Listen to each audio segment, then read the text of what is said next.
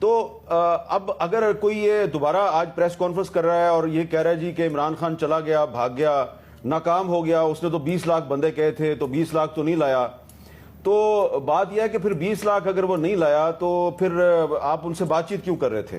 اور صرف آپ نہیں کر رہے تھے، بہت سے لوگ ان سے بات چیت کر رہے تھے. اور پھر سپریم کورٹ آف پاکستان میں آپ نے عدالت کو دہائی دی کہ جی عمران خان نے کنٹیمپٹ آف کورٹ کیا ہے، تو کیوں نہیں انہوں نے آپ کی بات سنی؟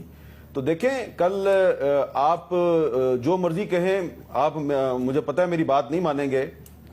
ٹھیک ہے، لیکن بندے جتنے بھی تھے کل یہاں سے ڈی چوک سے لے کے اور پیچھے جو جناح ایونیو پہ چائنا چوک ہے وہاں تک بندے ہی بندے تھے، سروس روڈ پہ بھی بندے ہی بندے تھے، اور انہوں نے جو حشر کیا ہے یہاں پہ اس گرین بیلٹ کا اور اس علاقے کا، وہ آپ آئیے اور دیکھیں. وہ رانا ثناءاللہ صاحب اور مریم اورنگزیب صاحبہ وہ جو پریس کانفرنسیں کر رہے ہیں، وہ آ کے دیکھیں نا، یہ جگہ جو ہے ابھی بھی وہاں پہ جو